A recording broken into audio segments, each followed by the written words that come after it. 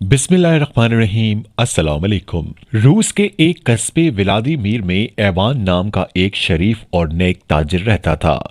तमाम लोग इसे दिलो जान से चाहते थे। इस कस्बे से दूर एक दूसरे कस्बे में सालाना मेला लगा करता था। एवान भी हर साल तिजारत का सामान लेकर वहां जाता था। एक दफा वो मेले में जाने लगा तो उसकी बीवी बोली, एवान, मेरा दिल कह रहा है कि हम पर कोई मुसीबत आने वाली है। रात मैंने ख्वाब में देखा कि जब तुम मेले से वापस आए हो तो तुम्हारे बाल सफेद हो चुके थे।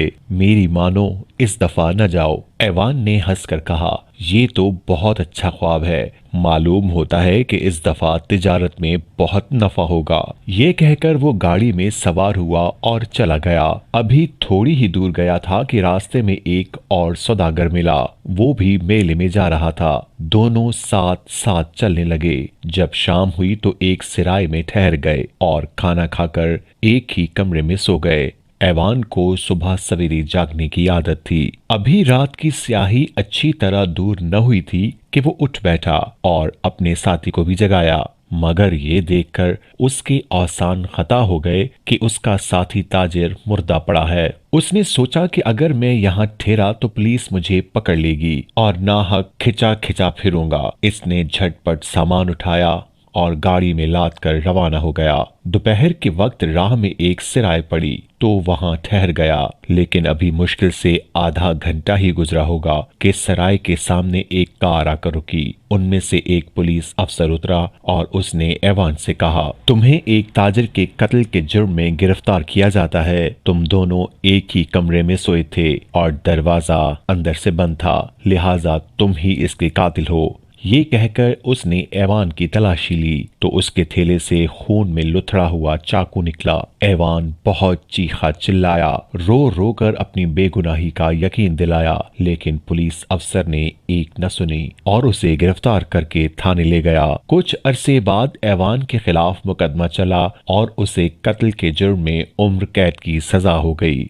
दिन आहिस्ता आहिस्ता बीतते गए और एवान को जेल में पूरे 26 बरस गुजर गए। उसके चेहरे पर झुर्रियां पड़ गईं, बाल सफेद हो गए, दाढ़ी बढ़ते बढ़ते पेट तक आ गई। वो हर वक्त अल्लाह अल्लाह करता था और दूसरे कैदियों को भी नेक बातों की हिदायत करता था। जेल के तमाम कैदी और अफसर उसकी इज्जत करते और अदब से उसे दादा कहते थे। इस दौरान में और बहुत से कैदी जेल में आए। उनमें एक लंबा तड़ंगा आदमी भी था। उसने बताया कि आज से बहुत अरसा पहले मैंने एक बहुत बड़ा जुर्म किया था। उस वक्त मुझे किसी ने नहीं पकड़ा, मगर अब ख्वामखा पकड़ा गया हूँ, हालांकि मैं बेगुनाह हूँ। उसने बताया कि उसका नाम मार्कर है और वो व्लादिमीर का रहने वाला है। अपने कस्बे का नाम सुनकर एवान ने उससे कहा कि वो व्लादिमीर में एवान नाम का एक ताजिर रहता था, जिसे कत्ल के जुर्म में उम्र कैद की सजा हुई थी। उसके बीवी बच्चों का क्या हाल है? मार्कर ने बताया कि उसकी बीवी मर चुकी है, मगर बच्चे सब के सब खुशहाल हैं। फिर उसने एवान से पूछा कि वो किस जुर्म में यहाँ सजा भुगत रहा है।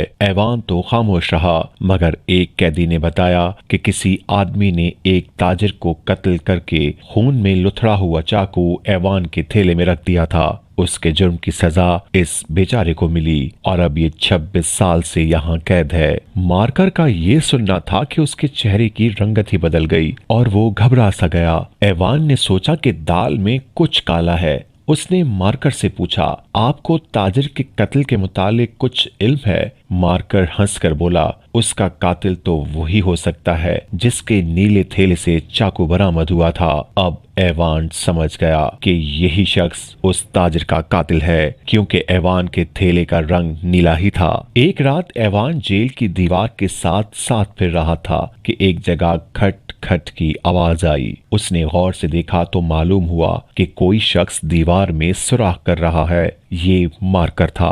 उसने इवान को बताया कि मैं दीवार तोड़कर यहाँ से भागना चाहता हूँ। आधा सुराख हो गया है और आधा कल तक हो जाएगा। तुम भी मेरे साथ फरार हो जाना, लेकिन तुम ये भेद किसी को नहीं बताना, वरना मैं तुम्हें जान से मार डालूंगा। एवान ने कहा, मारकर तुम मुझे आज से 26 साल पहले ही मार चुके हो। मुझे अब यहाँ से निकलने की रत्ती भर भी ख्वाहिश नहीं। मैं तुम्हारा भेद किसी को नहीं बताऊंगा। दूसरे दिन उस सुराख का राज फाश हो गया। जेल के अफसर ने ऐलान किया कि जो कैदी मुजरिम को पकड़वाएगा उसे रिहा कर दिया जाएगा। तमाम कैदी खामोश रहे क्योंकि सिवाय ऐवान के और किसी को उस सुराख का इल्म न था। ऐवान ने उसके मुतालिक एक लफ्ज तक न कहा। उस रात ऐवान सोने के लिए लेटा तो मारकर उसके पास आया और बोला, ऐवान मुझे माफ कर दो, मैंने ही उस सौदागर को कत्ल करके चाकू तुम्हारे थैले में रख दिया था। मैं कल सुबह जेलर के सामने अपने इस जुर्म का इकरार कर लूंगा और फिर तुम्हें इस कैद से निजात मिल जाएगी। दूसरे दिन मार्कर ने जेलर के पास जाकर अपने जुर्म का इकबाल कर लिया और ऐवान बाइज्जत होकर अपने घर चला गया।